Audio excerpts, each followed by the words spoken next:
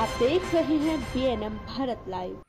नमस्कार, स्वागत है आपका BNM भारत लाइव में। महाराष्ट्र राज्य के मुख्यमंत्री के रूप में माननीय देवेंद्र, उप मुख्यमंत्री माननीय एकनाथ शिंदे, उप मुख्यमंत्री माननीय अजित पवार के शपथ ग्रहण समारोह के मौके पर चांदवड तालुका के बीजेपी, शिवसेना, NCP, RPI और महायुति कार्यकर्ताओं ने पेड़ा बांटकर पटाखे फोड़कर जश्न मनाया। इस अवसर पर महायुति के वरिष्ठ नेता, पदाधिकारी और कार्यकर्ता बड़ी संख्या में उपस्थित रहे। राष्ट्रवादी नेता सुनील कबाड़े, राष्ट्र शिक्षक संघ के नेता professor doctor Suresh Patil, RPI राजा भाऊ आहिरे आदि नेताओं ने उपस्थिति बंधुआ का मार्गदर्शन किया। आज खरं पुण्याचा दिवस म्हटलं तर वावगं ठरणार नाही।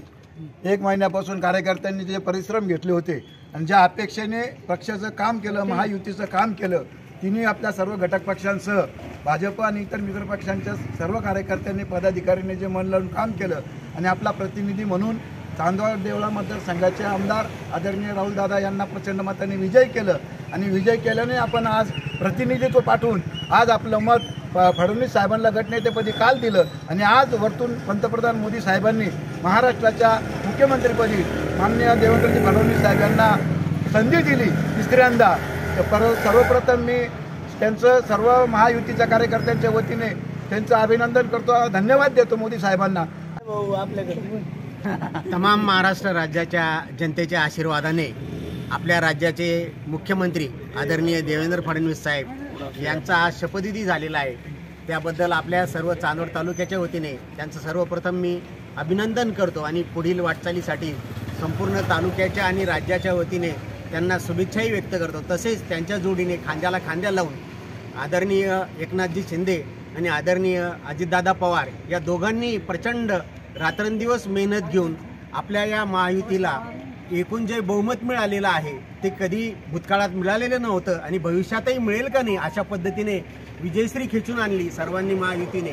आणि त्याचबरोबर त्यांच्या जोडीला RPIचे जे काही आठवले साहेब आहेत त्यांच्याही सर्व कार्यकर्त्यांनी या महायुतीमध्ये प्रचंड मेहनत घेतली आणि त्या मेहनतीचं फळ आज आपल्याला 5 वाजता सर्व राज्याला आणि देशाला बघायला मिळालं।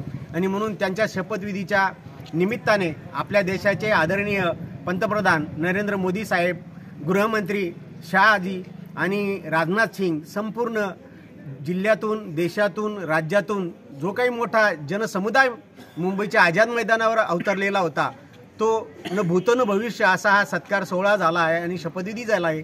त्याच अनुषंगाने आपण सर्वजण पुढील 5 वर्षासाठी त्यांच्याकडून आपल्या तालुक्यासाठी अनेक प्रकारच्या ज्या काही वेगवेगळ्या योजना असतील त्या आपण सर्वानुमते पदरात पाडून घेऊ। आणि दादांनी जे काही मत व्यक्त केलेलं आहे की सर्वात पहिले जलसंधारणाची कामं या ठिकाणी आपण करणार आहोत आणि म्हणून ती माझं वैयक्तिक मत आहे की जे सुरेश खानापूरकर आहेत संपूर्ण शिवपूर तालुका त्यांनी जलमय करून टाकलेला आहे। तर आपण दादांना सुचवू की त्या सुरेश खानापूरकरांना बोलवा आणि त्यांच्या माध्यमातून हा तालुका जलमय करा असं आपणा सर्वांच्या वतीने आपण दादांना विनंती करू आणि पुढील भविष्यासाठी त्यांना शुभेच्छा देऊ। जय हिंद, जय महाराष्ट्र। आज तिसऱ्यांदा महाराष्ट्राचे मुख्यमंत्री म्हणून देवेंद्रजी फडणवीस साहेब हे आज विराजमान झाले। त्याचबरोबर एकनाथजी शिंदे साहेब आणि अजितदादा पवार हे उपमुख्यमंत्रीपदी आज शपथ घेतली। त्याबद्दल चांदवड देवळा मतदारसंघाच्या वतीने मी त्यांना शुभेच्छा देतो। पुढील वाटचालीसाठी शुभेच्छा। जय जय श्रीराम, जय श्रीराम।